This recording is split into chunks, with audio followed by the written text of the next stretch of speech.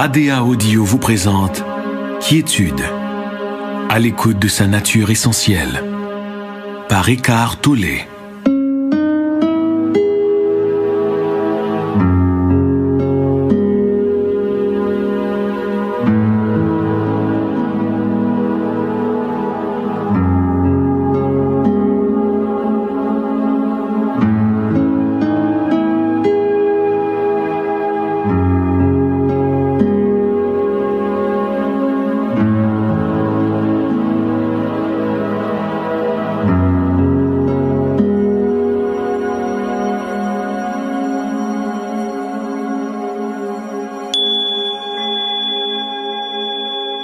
L'essence même de l'enseignement de ce livre audio ne se trouve pas dans les mots, mais en vous. Il serait bon au fil de l'écoute de vous le remémorer, de le ressentir. Les mots ne sont que des panneaux indicateurs. Ce qu'ils montrent n'est pas du domaine de la pensée, mais appartient à une dimension de vous qui est plus profonde et infiniment plus vaste que la pensée. Cette dimension est notamment empreinte d'une paix intensément vivante. Tout comme chaque véritable enseignant spirituel, les pensées de ce livre audio ne disent pas « regarde-moi », mais « regarde plus loin que moi ». Comme elles émanent du calme, elles ont un pouvoir, celui de vous ramener au calme dont elles sont issues. Cette quiétude est aussi la paix intérieure, et les deux constituent l'essence de qui vous êtes. Et c'est cet état d'être qui sauvera et transformera le monde.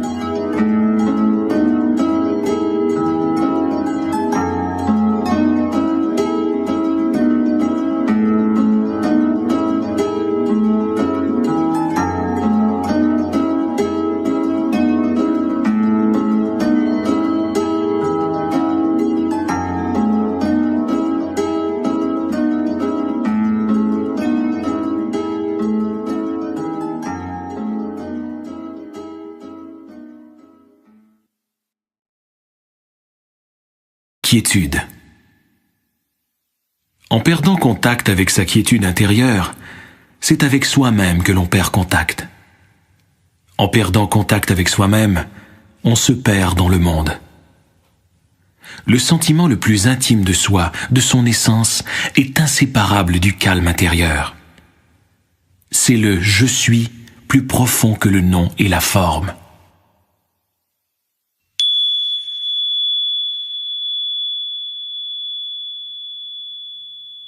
La quiétude est votre nature essentielle. Quelle est-elle en fait? C'est l'espace intérieur où la conscience dans laquelle les mots de cet enregistrement sont perçus et deviennent des pensées. Sans cette conscience, il n'y aurait ni perception, ni pensée, ni monde. Vous êtes cette conscience dissimulée sous l'apparence d'une personne. L'équivalent du bruit extérieur, c'est le bruit intérieur de la pensée. L'équivalent du silence extérieur, c'est le calme intérieur. Chaque fois qu'un silence vous entoure, écoutez-le, remarquez-le, tout simplement. Accordez-y votre attention. L'écoute du silence éveille en vous la dimension du calme, car ce n'est qu'en toute tranquillité que l'on prend conscience du silence. Voyez, dès que vous remarquez le silence alentour, vous ne pensez pas. Vous êtes conscient sans penser. Lorsque vous prenez conscience du silence, cette vigilance intérieure est immédiate. Vous voilà présent. Vous voilà sorti de millénaires de conditionnement humain collectif. Regardez un arbre, une fleur, une plante. Laissez votre conscience s'y reposer. Sentez la paix mystique de cet être, profondément enraciné dans l'être. Laissez la nature vous enseigner la paix de l'âme. Si, en regardant un arbre, vous en percevez le calme, vous devenez calme à votre tour. Vous voilà en relation sur un plan très profond. Vous ressentez l'unité avec tout ce que vous percevez dans et par ce calme. Se sentir uni à tout, c'est aimer. Le silence est utile, mais non indispensable pour trouver la quiétude. Même dans le bruit, vous pouvez porter attention au calme de fond, à l'espace dans lequel survient ce bruit. Cet espace intérieur de pure vigilance, c'est la conscience même. Vous pouvez devenir attentif à la conscience qui soutient toutes vos perceptions sensorielles, toute votre pensée. Dès lors, apparaît la tranquillité de l'âme. Tout bruit dérangeant peut être aussi utile que le silence. Comment? Si vous abandonnez votre résistance intérieure au bruit, si vous laissez celui-ci être comme il est, cette acceptation vous amène aussi à ce domaine de paix intérieure qu'est le calme. Chaque fois que vous acceptez profondément ce moment tel qu'il est, quelle que soit sa forme, vous êtes calme, paisible. Accordez votre attention à l'écart entre deux pensées, l'espace bref et silencieux entre les paroles d'une conversation, entre les notes d'un piano ou d'une flûte, ou l'écart entre l'inspiration et l'expiration. Alors la conscience de quelque chose devient la simple conscience. La dimension informe de la conscience pure surgit en vous et remplace l'identification à la forme. L'intelligence véritable agit dans le silence. Le calme est l'espace de la créativité et des solutions. Le calme est-il une simple absence de bruit et de contenu? Non. Il est l'intelligence même, la conscience sous-jacente où naît chaque forme. Et comment pourrait-il être séparé de votre être? La forme que vous croyez être en provient et est soutenue par lui. C'est l'essence de toutes les galaxies et de tous les brins d'herbe, de toutes les fleurs, de tous les arbres, de tous les oiseaux et de toutes les autres formes. Lorsqu'on regarde dans le calme un arbre ou un être humain, qui regarde? Quelque chose de plus profond que la personne. C'est la conscience qui regarde sa création. Dans la Bible, il est dit que Dieu créa le monde et vit que cela était bon. C'est ce que l'on voit en regardant depuis le calme dépourvu de pensée. Avez-vous besoin d'en savoir davantage? Le monde sera-t-il sauvé par un surcroît d'informations, par des ordinateurs plus rapides ou par une nouvelle analyse scientifique ou intellectuelle? N'est-ce pas de sagesse que l'humanité a le plus grand besoin maintenant? Mais qu'est-ce que la sagesse? Et où peut-on en trouver? La sagesse accompagne la capacité d'être calme. Il suffit de regarder et d'écouter. Rien de plus. Le calme, le regard et l'écoute activent en vous l'intelligence non conceptuelle. Laissez la quiétude diriger vos paroles et vos gestes.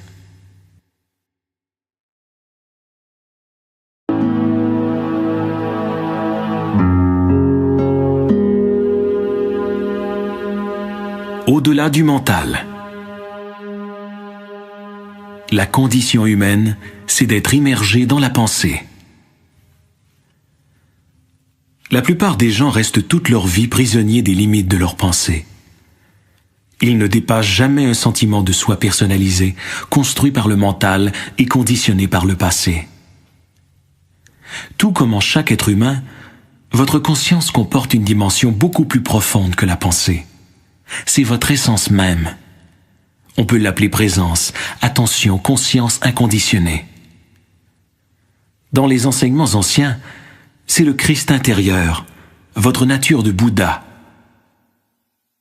Découvrir cette dimension vous libère de votre petit moi, qui définit tout votre bagage et mène votre vie. L'amour, la joie, l'expansion créatrice et la paix intérieure durable ne peuvent pénétrer dans votre vie qu'à travers cette dimension inconditionnée de la conscience. Si vous reconnaissez, même par instant, que les pensées traversant votre esprit ne sont que des pensées, si vous observez vos schémas réactionnels à mesure qu'ils se produisent, alors cette dimension émerge déjà en vous. C'est la conscience dans laquelle surviennent les pensées et les émotions. C'est l'espace intérieur intemporel où se déploie le contenu de votre vie. Le flux de la pensée a une force énorme qui peut aisément vous emporter. Chaque pensée se donne tellement d'importance. Elle veut attirer toute votre attention. Voici une nouvelle pratique spirituelle à votre intention. Ne prenez pas vos pensées trop au sérieux.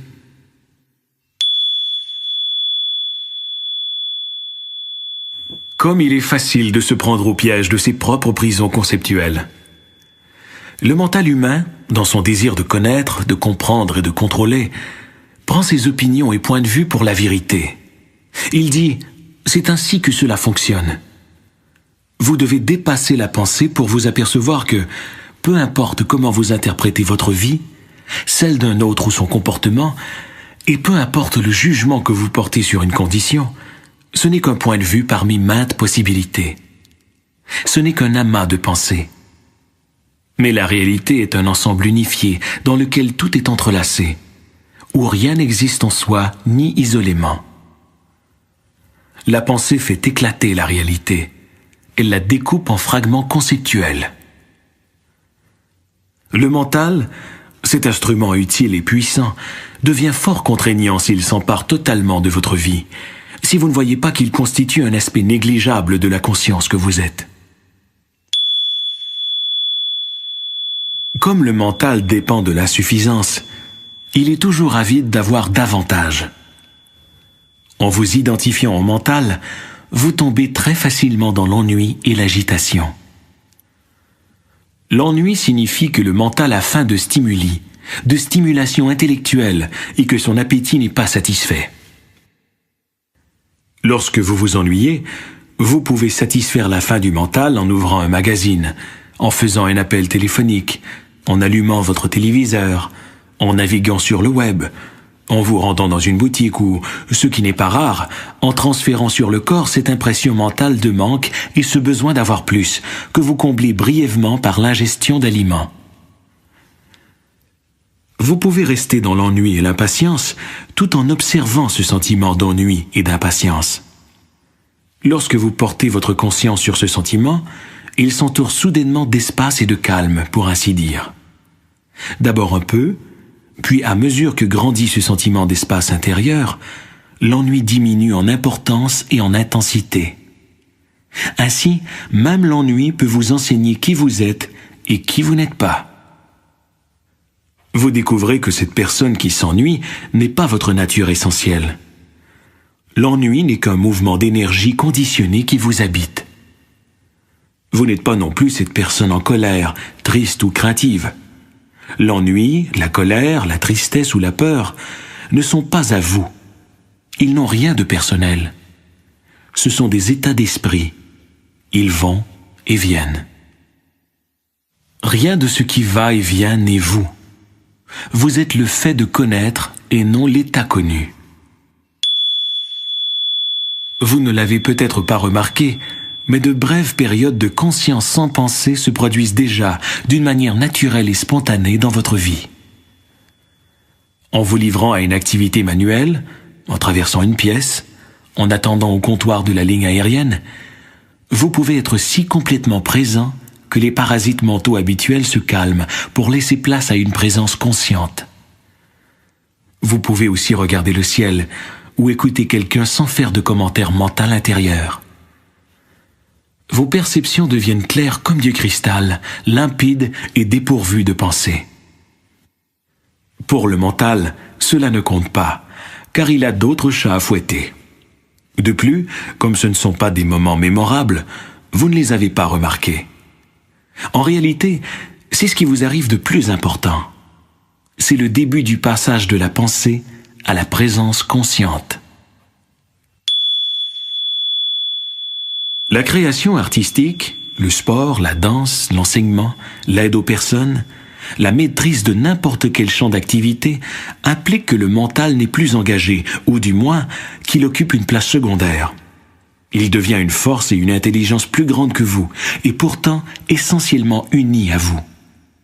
Il n'y a plus de processus décisionnel. La bonne action s'exerce spontanément, sans que vous en soyez l'acteur. La maîtrise de la vie est le contraire du contrôle. Vous vous alignez sur la conscience supérieure qui agit parle, effectue le travail.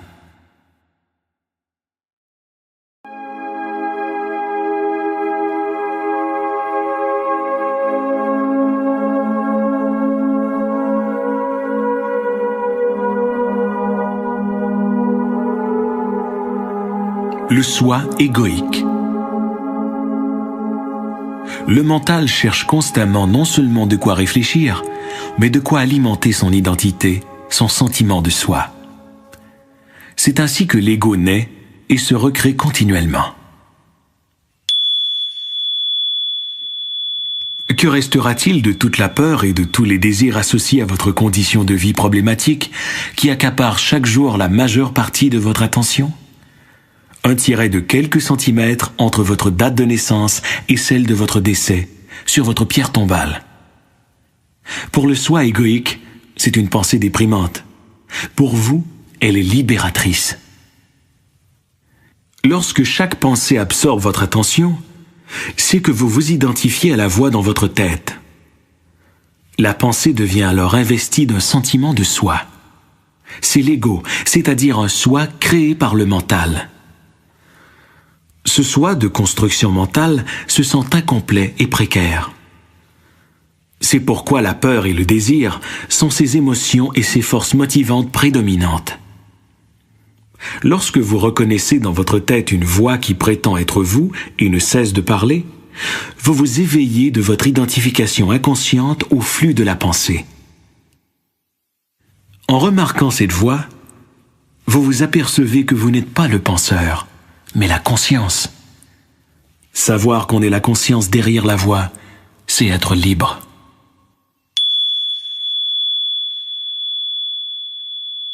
En vivant selon l'ego, vous réduisez toujours l'instant présent à un moyen.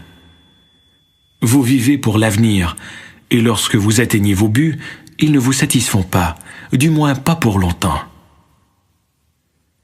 Lorsque vous accordez plus d'attention à ce que vous êtes en train de faire qu'au résultat final escompté, vous interrompez le vieux conditionnement égoïque. Votre action devient alors non seulement beaucoup plus efficace, mais infiniment plus épanouissante et joyeuse. Presque tout ego renferme au moins un élément de ce que l'on pourrait appeler l'identité de victime. Certaines personnes ont d'elles-mêmes une image de victime tellement forte que celle-ci devient le noyau central de leur ego. Le ressentiment et les griefs forment une part essentielle de leur sentiment de soi.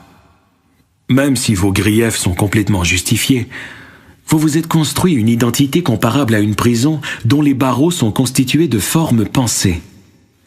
Voyez ce que vous êtes en train de vous faire, ou plutôt ce que votre mental est en train de vous faire. Sentez votre attachement émotionnel à l'égard de votre récit de victime et prenez conscience de votre tendance compulsive à y penser ou à en parler. Soyez présent en tant que témoin de votre état intérieur. Vous n'avez rien à faire. Avec la conscience vient la transformation et la liberté. Les plaintes et la réactivité sont les schémas mentaux pour lesquels l'ego se renforce le plus volontiers. Chez bien des gens, l'activité mentale et émotionnelle consiste largement à se plaindre et à réagir à ceci ou à cela. Ce faisant, ils donnent tort aux autres et à une condition, et raison à eux-mêmes. En se donnant raison, on se sent supérieur. Et en se sentant supérieur, on renforce son sentiment de soi. En réalité, bien sûr, on ne fait que renforcer l'illusion de l'ego. Pouvez-vous observer ces tendances en vous et reconnaître pour ce qu'elle est la voix qui se plaint dans votre tête?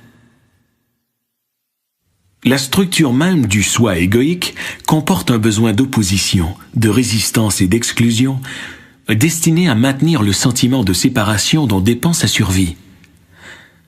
C'est donc moi contre l'autre, nous contre eux. L'ego a besoin d'un conflit avec quelque chose ou quelqu'un. Cela explique pourquoi on recherche la paix, la joie et l'amour, sans pouvoir les tolérer très longtemps. On prétend vouloir le bonheur, mais on est accroché au malheur. En définitive, votre malheur ne vient pas de votre condition de vie, mais du conditionnement de votre esprit. Entretenez-vous des sentiments de culpabilité à propos d'une chose que vous avez faite ou non dans le passé? Une chose est sûre, vous avez agi en fonction de votre conscience, ou plutôt inconscience, de l'époque. Une plus grande conscience vous aurait permis d'agir différemment. La culpabilité est un autre exemple des efforts de l'ego en vue de créer une identité, un sentiment de soi. Que ce dernier soit positif ou négatif importe peu à l'ego. Ce que vous avez fait ou non était une manifestation de l'inconscience humaine. Mais l'ego la personnalise en disant « j'ai fait cela » et vous en retenez une mauvaise image mentale de vous. Tout au long de l'histoire, les humains se sont mutuellement infligés d'innombrables actes de violence, cruels et blessants, et continuent ainsi. Faut-il les condamner? Sont-ils tous coupables? Ou ces gestes sont-ils de simples expressions de l'inconscience, un stade de l'évolution que nous sommes à dépasser? Les paroles de Jésus, « Pardonnez-leur car ils ne savent pas ce qu'ils font », s'appliquent aussi à vous-même.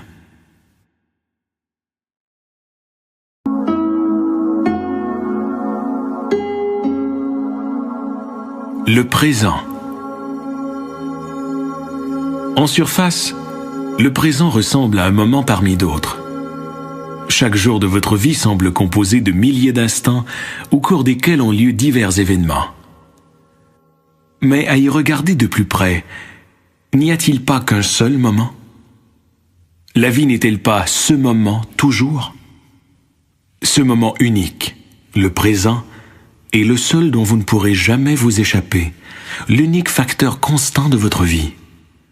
Quels que soient les événements ou les changements de votre vie, une chose est certaine, c'est toujours maintenant.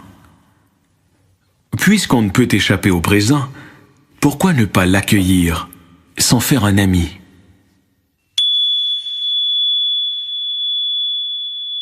Lorsque vous devenez l'ami du moment présent, vous voilà à l'aise partout.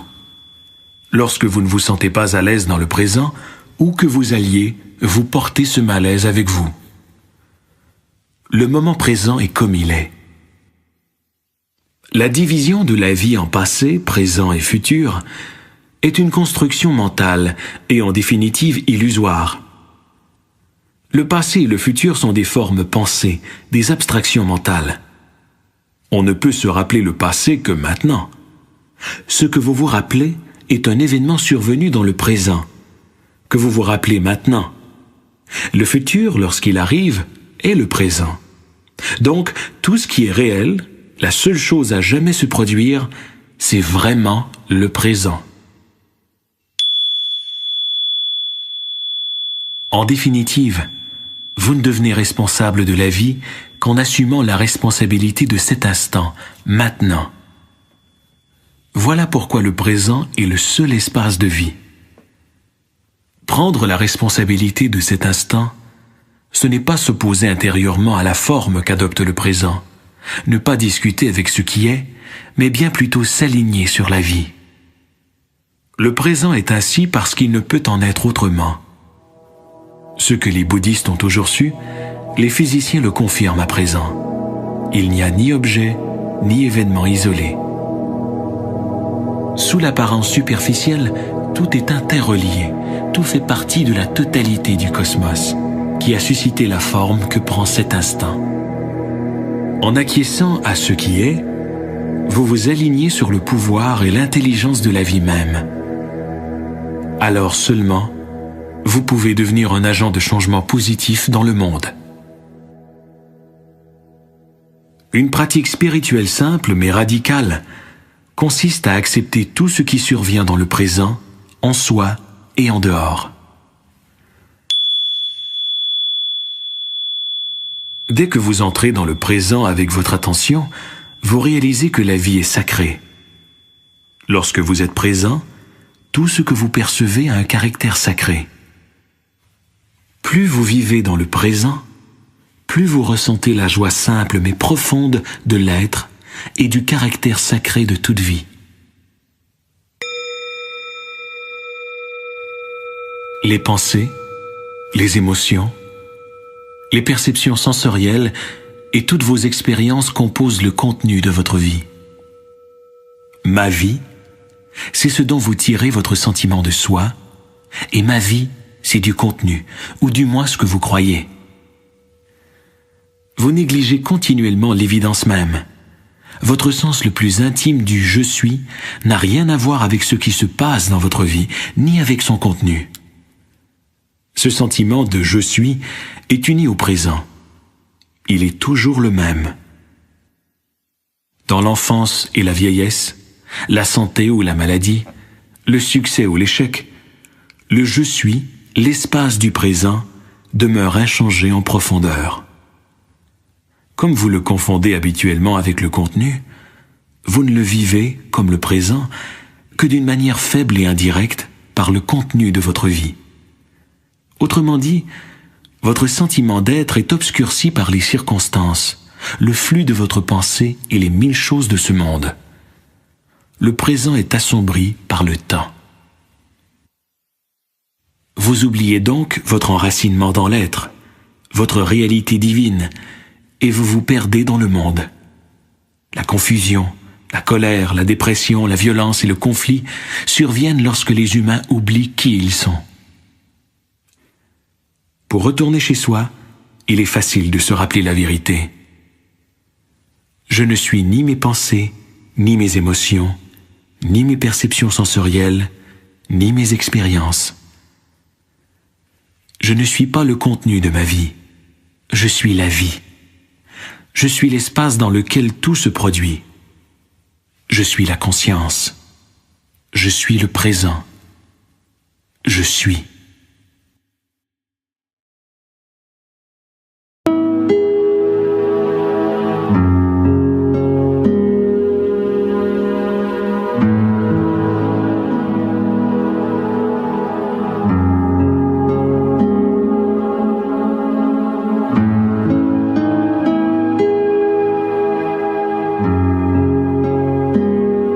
Votre nature véritable. Le présent est inséparable de votre nature la plus profonde. Votre vie comprend bien des choses importantes, mais une seule a une importance absolue. Votre réussite aux yeux du monde a de l'importance. Votre santé aussi, de même que votre éducation. Le fait d'être riche ou pauvre a de l'importance. Cela établit certainement une différence dans votre vie. Oui, tout cela a une importance relative, mais aucune importance absolue. Une chose compte plus que tout cela. Le fait de découvrir votre essence par-delà cette éphémère entité, ce fugace sentiment de soi personnalisé. Vous ne trouverez pas la paix en réorganisant votre condition de vie, mais en prenant conscience de qui vous êtes sur le plan le plus profond. La réincarnation ne réglera rien si, au cours de votre prochaine vie, vous ne savez pas encore qui vous êtes. La plupart des choses de la vie exigent du temps. Apprendre une nouvelle technique, construire une maison, devenir un expert, préparer une tasse de thé.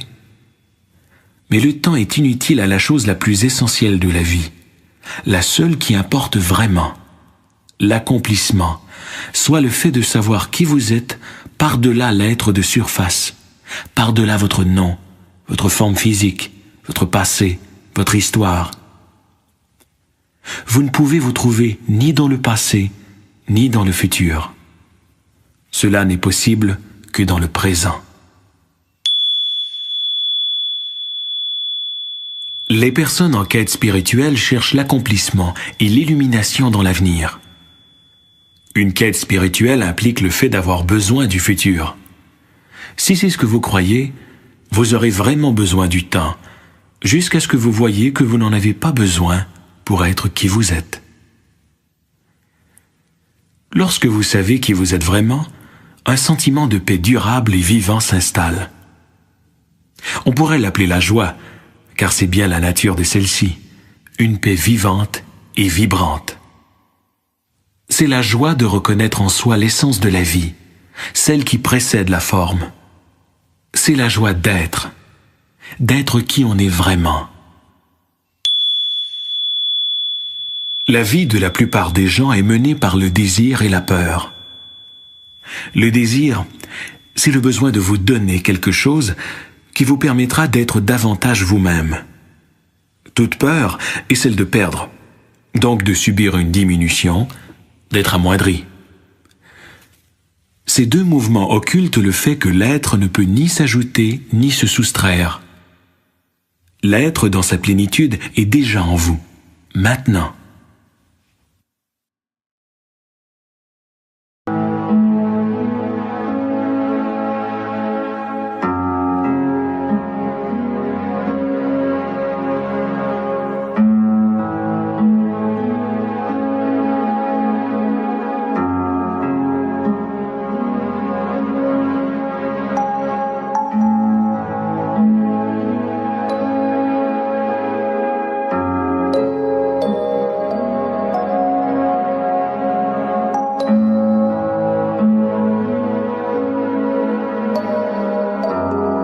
L'acceptation et le lâcher-prise.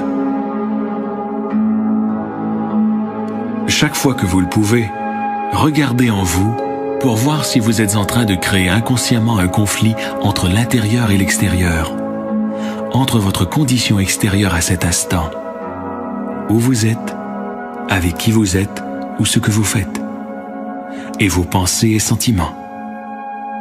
Sentez-vous à quel point il est pénible de s'opposer intérieurement à ce qui est?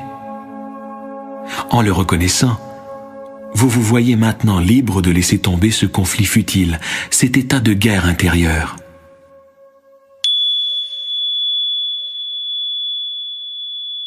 Est-il vraiment nécessaire d'étiqueter chaque perception et expérience sensorielle?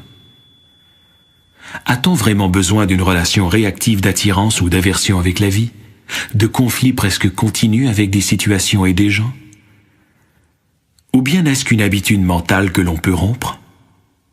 Non pas en faisant quelque chose, mais en laissant ce moment être comme il est.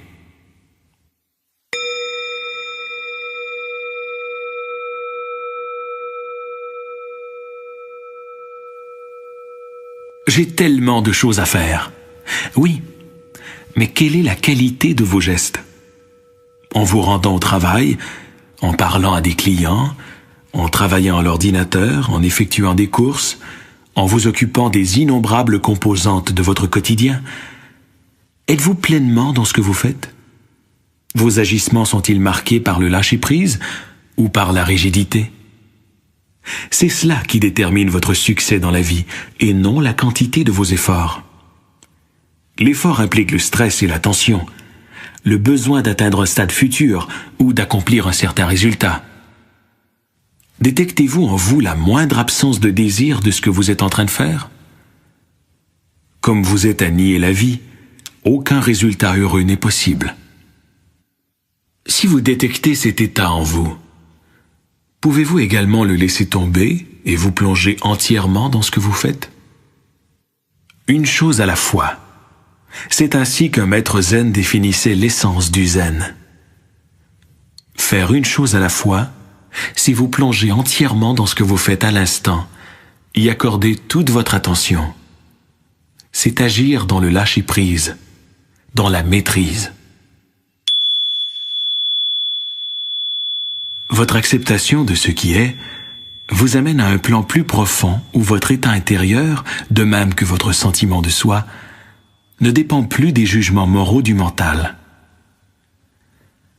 Lorsque vous dites oui à la vie telle qu'elle est, lorsque vous acceptez ce moment tel qu'il est, vous éprouvez un sentiment d'ampleur imprégné d'une paix profonde. En surface, vous êtes peut-être encore heureux lorsqu'il fait beau, et pas autant lorsqu'il pleut. Vous pouvez être heureux de gagner 1 million et malheureux de perdre tous vos biens. Toutefois, ni le bonheur, ni le malheur ne vont jusqu'à cette profondeur. Ce sont des vaguelettes à la surface de votre être. La paix sous-jacente demeure imperturbable en vous, quelle que soit la nature de la condition extérieure. Le oui à ce qui est révèle en vous une dimension de profondeur qui ne dépend ni des conditions extérieures, ni des conditions intérieures de pensée et d'émotion en constante fluctuation. Il est tellement plus facile de lâcher prise en voyant la nature fugace de toutes les expériences et le fait que le monde ne peut rien vous procurer de durable. Vous continuez alors de rencontrer des gens, de vous engager dans des expériences et des activités, mais sans les désirs et les peurs du soi égoïque. En somme, vous n'exigez plus qu'une situation, qu'une personne, qu'un lieu ou qu'un événement vous satisfasse ou vous rende heureux. Sa nature transitoire et imparfaite a le droit d'exister. Et le miracle, c'est que lorsque vous n'exigez plus rien, chaque situation, chaque personne, chaque endroit ou événement devient non seulement satisfaisant, mais aussi plus harmonieux, plus paisible. Le lâcher-prise vient lorsque vous ne demandez plus « Pourquoi cela m'arrive-t-il » ? Un bien profond se cache même dans la situation la plus inacceptable et la plus pénible en apparence, et tout désastre renferme le germe de la grâce. Au cours de l'histoire, des hommes et des femmes ont, devant une grande perte, une maladie, une incarcération ou une mort imminente, accepté ce qui semblait inacceptable, découvrant ici la paix insondable. Accepter l'inacceptable est la plus grande source de grâce en ce monde. Dans certaines situations, toutes les réponses et les explications échouent. La vie n'a plus aucun sens. Ou quelqu'un en détresse vous demande de l'aide et vous ne savez pas que faire ou dire. Lorsque vous acceptez pleinement de ne pas savoir, vous cessez de lutter pour trouver des réponses dans les limites du mental.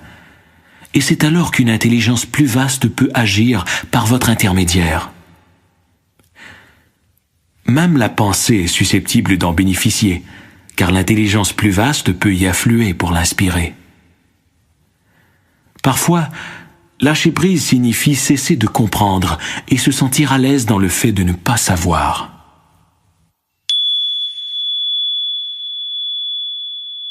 Tout ce que vous acceptez entièrement vous mène à la paix, même l'impossibilité d'accepter, même la résistance.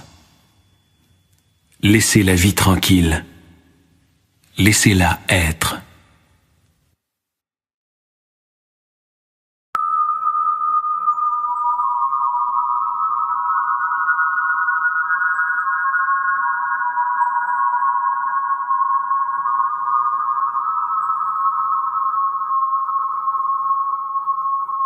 La nature.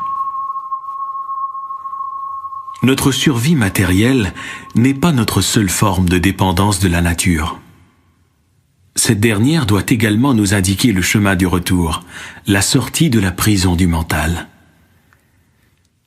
Nous nous sommes perdus dans l'action, la pensée, le souvenir, l'anticipation, dans un labyrinthe complexe et un monde de problèmes. Nous avons oublié ce que les pierres, les plantes et les animaux savent encore. Nous avons oublié comment être calmes, nous-mêmes, être là où se trouve la vie, ici et maintenant.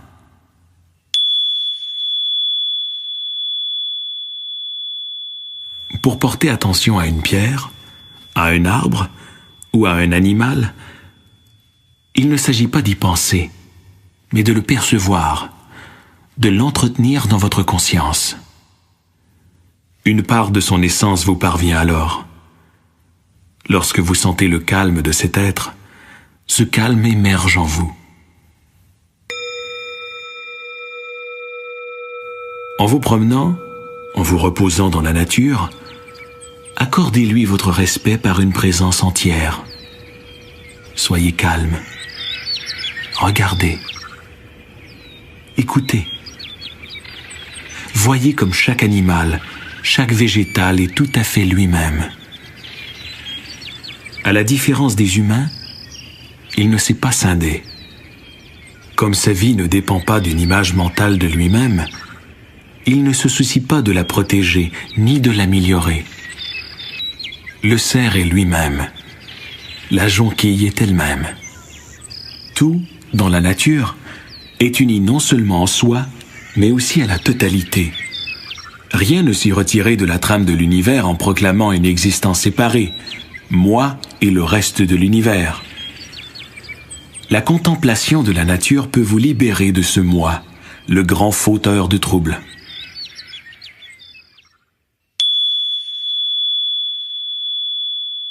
Le caractère enjoué et joyeux d'un chien, son amour inconditionnel et son empressement à célébrer la vie à tout moment contrastent fortement avec l'état intérieur de son propriétaire, déprimé, anxieux, soucieux, perdu dans sa pensée, absent du seul lieu et du seul temps qui soit, ici et maintenant. À vivre avec cette personne, comment le chien parvient-il à demeurer si épanoui, si joyeux? On se le demande bien. En ne percevant la nature que par l'esprit ou la pensée, vous ne pouvez sentir sa vitalité, son état d'être. Vous n'en voyez que la forme, sans prendre conscience de la vie qui bat à l'intérieur, le mystère sacré. La pensée réduit la nature à une commodité utile, à la recherche du profit ou de la connaissance, ou à quelque autre but utilitaire. La forêt ancienne devient bois d'œuvre, l'oiseau un projet de recherche, la montagne un objet d'exploitation ou de conquête. Lorsque vous percevez la nature, réservez-vous des espaces de non-pensée, de non-mental. Si vous l'approchez ainsi, elle vous répondra en participant à l'évolution de la conscience humaine et planétaire. Remarquez comme la fleur est présente, abandonnée à la vie.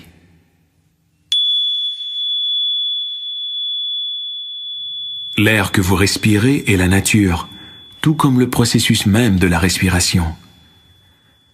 Portez attention à votre respiration et prenez conscience du fait que vous n'y êtes pour rien. C'est la respiration de la nature. Si vous deviez vous rappeler de respirer, vous mourriez bientôt. Si vous tentiez d'arrêter de respirer, la nature prévaudrait. La façon la plus intime et la plus forte de vous relier à la nature consiste à prendre conscience de votre respiration et à apprendre à y maintenir votre attention. C'est salutaire et profondément valorisant. La conscience passe alors du monde conceptuel de la pensée au domaine intérieur de la conscience inconditionnée. Seul le calme intérieur vous donne accès au calme des pierres, des plantes et des animaux. Lorsque votre mental bruyant se retire, vous pouvez vous relier profondément à la nature et dépasser le sentiment de séparation créé par l'excès de pensée. La pensée est un stade de l'évolution de la vie. La nature baigne dans un calme innocent, préalable à la venue de la pensée. L'arbre, la fleur, l'oiseau, la pierre n'ont pas conscience de leur beauté ni de leur caractère sacré. Par le calme, les humains dépassent la pensée et accèdent à une dimension supplémentaire de certitude, de conscience. La nature peut vous amener au calme. C'est le cadeau qu'elle vous offre. Lorsque vous l'apercevez et la rejoignez dans le champ de calme, ce champ s'imprègne de votre conscience. C'est votre cadeau à la nature. Par vous, la nature prend conscience d'elle-même. Elle vous a attendu, pour ainsi dire, pendant des millions d'années.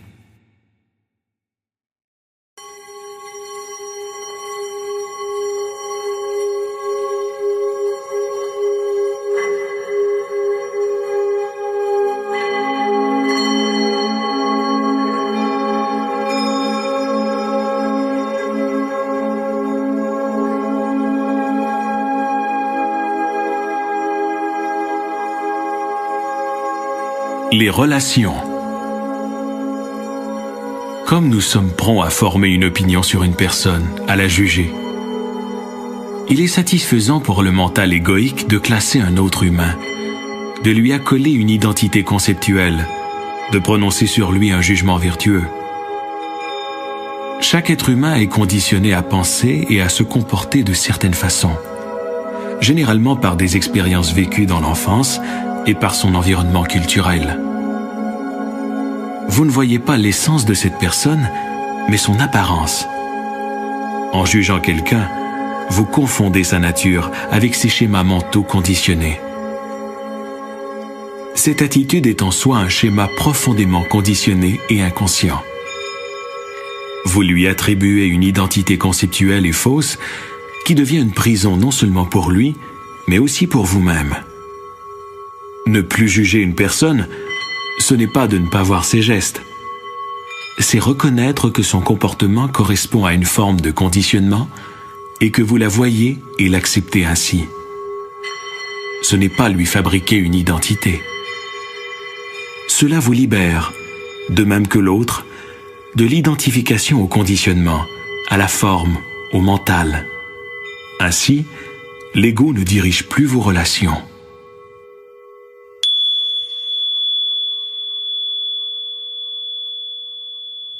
Tant que l'ego dirige votre vie, la plupart de vos pensées, de vos émotions et de vos gestes émanent du désir et de la peur. Alors, dans les relations, vous désirez ou craignez quelque chose de l'autre. Ce que vous voulez de lui, c'est peut-être le plaisir ou le gain matériel, la reconnaissance, des louanges ou de l'attention, ou un renforcement de votre sentiment de soi par la comparaison et l'affirmation que vous êtes supérieur à lui, du point de vue de l'être, de l'avoir ou des connaissances. Ce que vous craignez, c'est le contraire, qu'il puisse d'une façon ou d'une autre diminuer votre sentiment de soi. Lorsque vous focalisez votre attention sur le moment présent, au lieu d'en faire usage comme d'un simple moyen, vous dépassez l'ego et l'impulsion inconsciente d'utiliser les gens pour vous mettre en valeur à leurs dépens. En accordant toute votre attention à votre interlocuteur, vous écartez de la relation le passé et le futur, sauf pour des questions pratiques. En étant pleinement présent à votre interlocuteur, vous renoncez à l'identité conceptuelle que vous lui avez fabriquée, votre interprétation de son identité et de son passé, et pouvez interagir sans les impulsions égoïques du désir et de la peur. La clé, c'est l'attention, qui est la quiétude éveillée. Comme c'est merveilleux de dépasser le désir et la peur dans les relations. L'amour ne veut ni ne craint rien.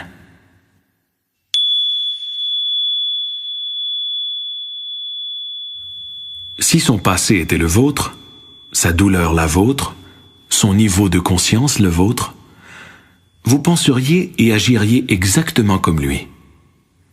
Avec cette prise de conscience viennent le pardon, la compassion, la paix. L'ego n'aime pas entendre cela, car s'il ne peut plus être réactif et vertueux, il perd de sa force.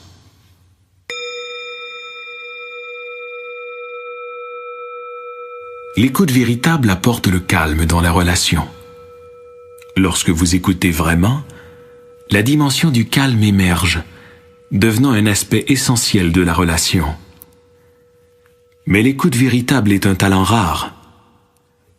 Habituellement, une personne accorde une grande part de son attention à sa pensée.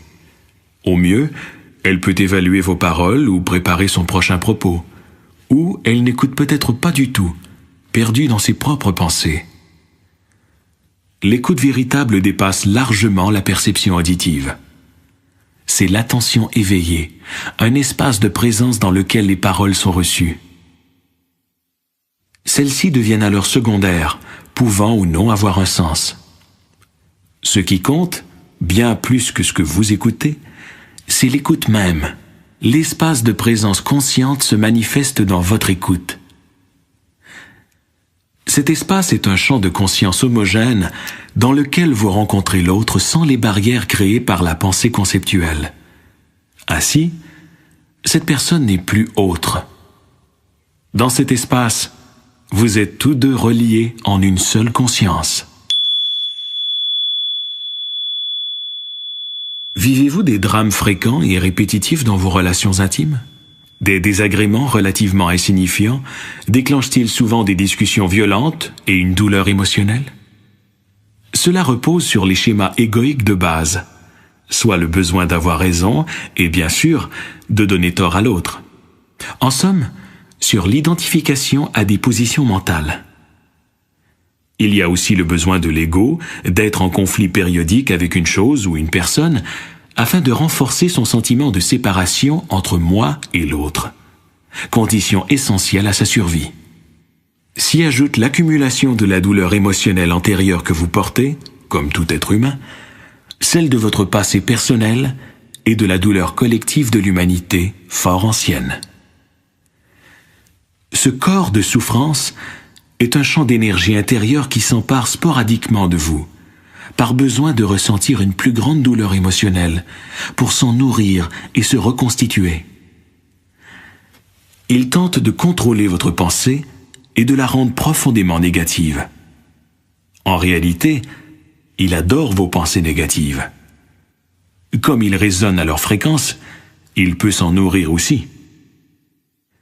Il provoque également des réactions émotionnelles négatives chez vos proches, surtout votre partenaire, pour se repaître du drame et de la douleur émotionnelle qui s'ensuivent. Comment vous libérer de cette inconscience et profonde identification à la douleur qui engendre tant de malheur dans votre vie? Prenez-en conscience. Voyez que ce n'est pas votre nature et reconnaissez-la pour ce qu'elle est, une douleur passée. Observez-la chez votre partenaire ou chez vous-même. Lorsqu'elle est rompue, lorsque vous pouvez l'observer en vous, vous ne l'alimentez plus et elle perd graduellement sa charge énergétique.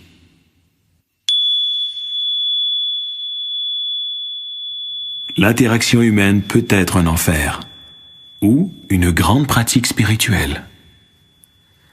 Si, en considérant un autre humain, vous ressentez beaucoup d'amour à son égard, ou si en contemplant la beauté de la nature, quelque chose en vous réagit profondément, fermez un instant les yeux et ressentez en vous l'essence de cet amour ou de cette beauté, essence inséparable de qui vous êtes, de votre nature véritable. La forme extérieure est un reflet temporaire de votre nature intérieure, de votre essence. C'est pourquoi l'amour et la beauté ne vous quitteront jamais, contrairement à toutes les formes extérieures.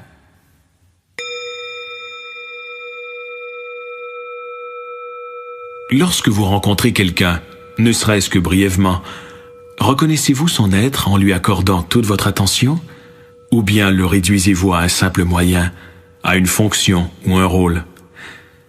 Quelle est la qualité de votre relation avec la caissière du supermarché, le préposé au stationnement, le réparateur, le client? Un moment d'attention suffit. Lorsque vous regardez ou écoutez cette personne, un calme éveillé se produit, de 2 ou 3 secondes, peut-être d'une durée plus longue. Cela suffit pour qu'émerge quelque chose de plus réel que les rôles habituels auxquels nous nous identifions. Tous les rôles font partie de la conscience conditionnée qu'est le mental humain. Ce qui se révèle par le geste attentif, c'est l'inconditionné, votre nature essentielle derrière votre nom et votre forme. Vous n'êtes plus en train de jouer un scénario, vous devenez réel. Lorsque cette dimension monte du fond de vous, elle l'attire aussi chez l'autre. En définitive, il n'y a bien entendu personne d'autre. C'est toujours vous-même que vous rencontrez.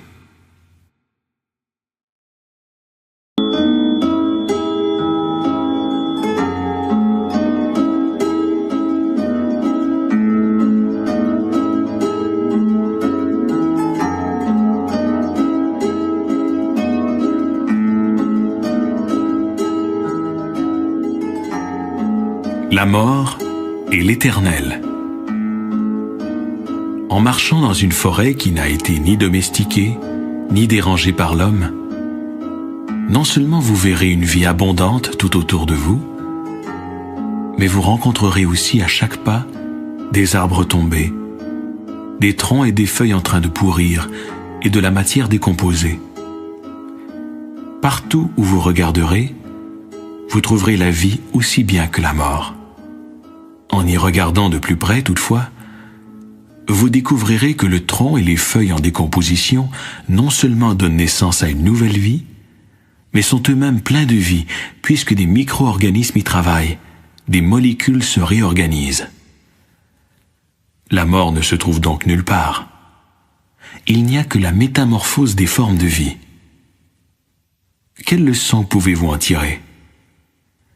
La mort n'est pas le contraire de la vie. La vie n'a pas de contraire. Le contraire de la mort est la naissance. La vie est éternelle.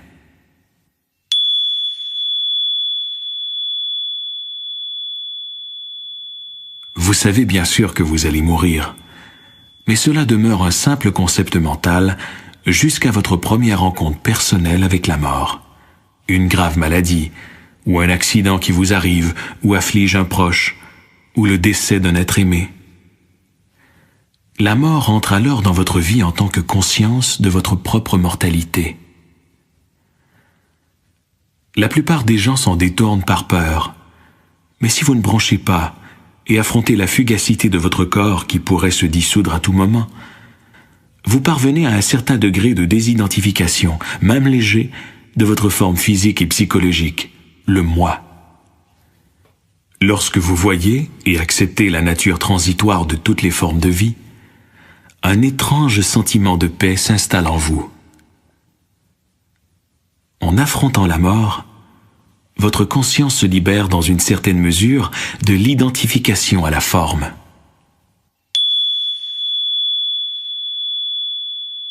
Chaque fois qu'une perte profonde survient dans votre vie, celle de vos biens, de votre maison, d'une relation intime, ou celle de votre réputation, de votre travail, ou de vos capacités physiques, quelque chose meurt en vous. Vous vous sentez diminué dans votre sentiment d'identité. Vous pouvez également ressentir une certaine désorientation. Sans cela, qui suis-je? Lorsqu'une forme que vous aviez inconsciemment identifiée à une partie de vous-même vous quitte ou se dissout, ce peut être extrêmement pénible. Elle laisse un trou, pour ainsi dire, dans le tissu de votre existence. Dans ce cas, ne niez pas et n'ignorez pas votre douleur ni votre tristesse. Acceptez leur présence. Méfiez-vous de la tendance de votre mental à élaborer autour de cette perte une histoire dans laquelle vous vous donnez le rôle de victime. La peur, la colère, le ressentiment ou l'apitoiement sur soi sont les émotions qui accompagnent ce rôle. Puis, prenez conscience de ce que cachent ces émotions et cette construction du mental, ce trou, cet espace vide.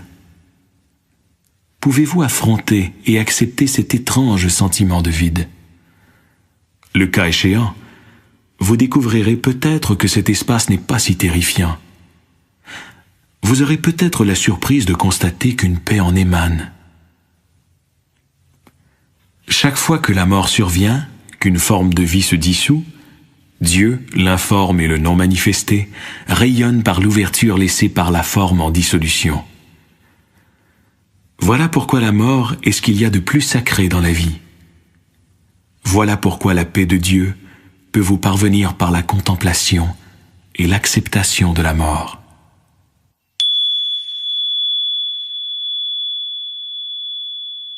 Comme chaque expérience humaine est éphémère, comme nos vies sont fugaces, y a-t-il quelque chose qui ne soit pas sujet à la naissance et à la mort? Quelque chose d'éternel? Réfléchissez. S'il n'y avait qu'une seule couleur, disons le bleu, et que le monde entier, avec tout ce qu'il comprend, était bleu, il n'y aurait pas de bleu. Pour que l'on puisse reconnaître le bleu, il doit y avoir quelque chose qui ne l'est pas. Autrement, il ne ressortirait pas, il n'existerait pas. De même, ne faut-il pas quelque chose qui n'est ni fugace ni transitoire pour que soit reconnue la fugacité de toute chose? Autrement dit, si tout était transitoire, y compris vous-même, le seriez-vous? Puisque vous avez conscience de la nature éphémère de toutes les formes, y compris la vôtre, et que vous pouvez l'observer, n'est-ce pas un signe que quelque chose en vous n'est pas sujet à la décomposition? À 20 ans, vous avez conscience de la force et de la vigueur de votre corps. 60 ans plus tard, vous avez conscience de sa faiblesse et de sa vieillesse. Votre pensée a peut-être changé, elle aussi, depuis vos 20 ans, Mais la conscience de la jeunesse ou de la vieillesse du corps, ou du changement de votre pensée, n'a subi, elle, aucune modification. Cette conscience, c'est l'éternel en vous. La conscience même, c'est la vie, une et sans forme. Pouvez-vous la perdre? Non, car c'est ce que vous êtes.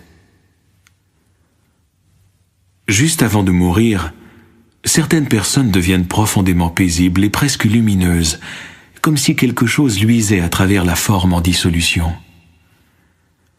Il arrive parfois que des gens très malades ou vieux deviennent en quelque sorte presque transparents au cours des ultimes semaines, mois ou même années de leur vie. Lorsqu'ils vous regardent, vous voyez une lueur dans leurs yeux. La souffrance psychologique a disparu.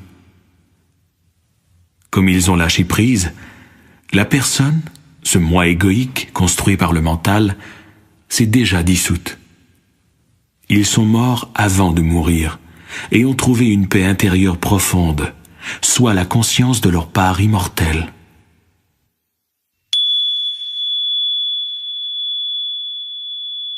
La mort n'est pas une anomalie, ni l'événement le plus terrible de tous, comme la culture moderne voudrait vous le faire croire, mais la chose la plus naturelle du monde, inséparable de son autre polarité, la naissance, tout aussi naturelle. Rappelez-vous cela lorsque vous accompagnerez un mourant. C'est un grand privilège et un geste sacré que d'assister à la mort de quelqu'un, en tant que témoin et compagnon. Lorsque vous accompagnez un mourant, ne niez aucun aspect de cette expérience. Ne niez pas ce qui est en train de se passer, ni vos sentiments.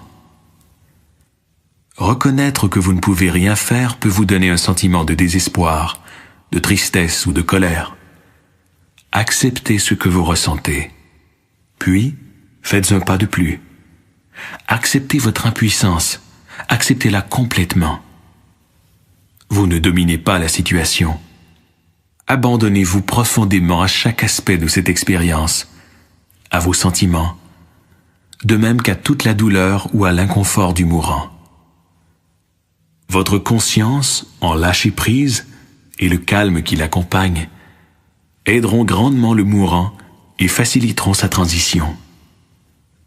S'il convient de prononcer quelques paroles, elles jailliront de votre calme intérieur, mais seront en somme secondaires. Avec le calme vient la bénédiction, la paix.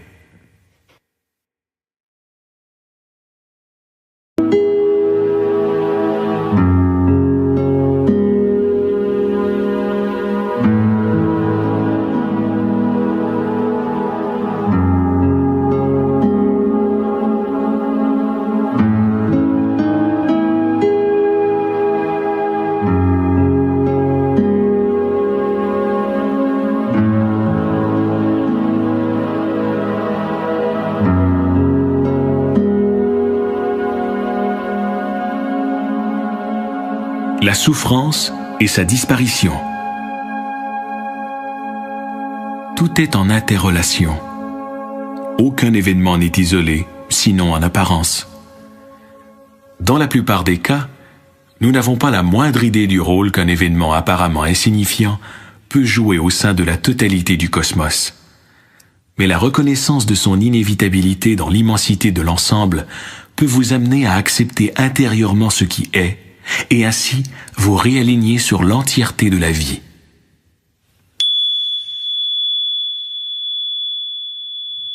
La vraie liberté et la disparition de la souffrance consiste à vivre comme si vous aviez choisi tout ce que vous ressentez ou vivez en ce moment. Cet alignement intérieur sur le présent, c'est la disparition de la souffrance.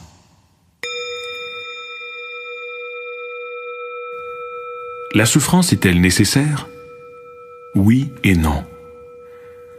Si vous n'aviez pas souffert comme vous l'avez fait, vous n'auriez ni profondeur humaine, ni humilité, ni compassion. La souffrance casse la coquille de l'ego. La souffrance est nécessaire, jusqu'à ce que vous preniez conscience de son inutilité. Beaucoup de souffrances et de malheurs surviennent lorsque vous tenez pour vrai chaque pensée qui vous vient en tête. Ce ne sont pas les situations qui vous rendent malheureux. Elles peuvent vous causer de la douleur physique, mais sans plus. Ce sont vos pensées qui vous rendent malheureux dans vos interprétations, les histoires que vous vous racontez. Les pensées que j'ai à présent me rendent malheureux. Cette seule prise de conscience rompt votre identification inconsciente à ces pensées.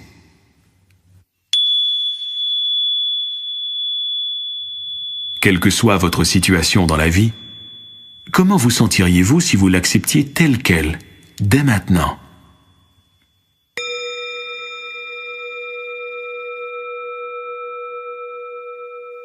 Bien des formes de souffrance, subtiles ou moins subtiles, sont si normales qu'on ne les reconnaît pas habituellement comme étant de la souffrance. Elles peuvent même donner l'impression d'être satisfaisantes pour l'ego. L'irritation, l'impatience, la colère, un ennui avec quelque chose ou quelqu'un, le ressentiment, le fait de se plaindre. Vous pouvez apprendre à reconnaître toutes ces formes de souffrance à mesure qu'elles se présentent et savoir, en ce moment, je suis en train de me faire souffrir. Si vous avez l'habitude de vous faire souffrir, vous êtes probablement à faire souffrir les autres aussi. Ces schémas mentaux inconscients ont tendance à disparaître lorsqu'on les rend conscients, lorsqu'on en prend conscience dès qu'ils surviennent. Vous ne pouvez à la fois être conscient et vous faire souffrir.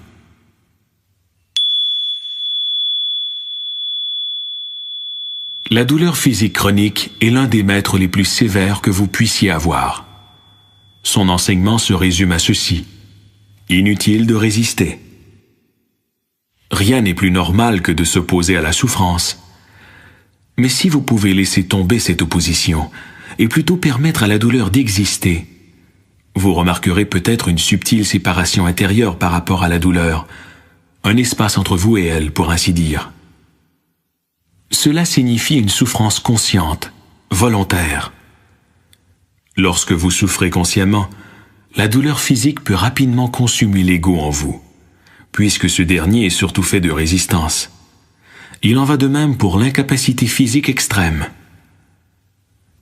Lorsque vous offrez votre souffrance à Dieu, c'est une autre façon d'exprimer la même chose.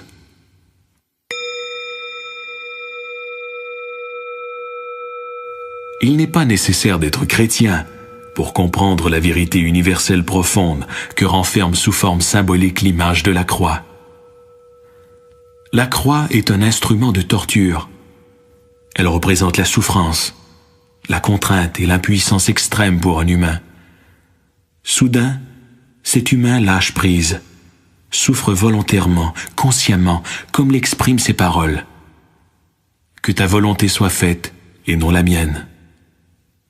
À cet instant, la croix, instrument de torture, montre sa face cachée. C'est aussi un symbole sacré, celui du divin. Ce qui paraît nier à la vie toute dimension transcendantale devient, par le lâcher-prise, une entrée dans cette dimension.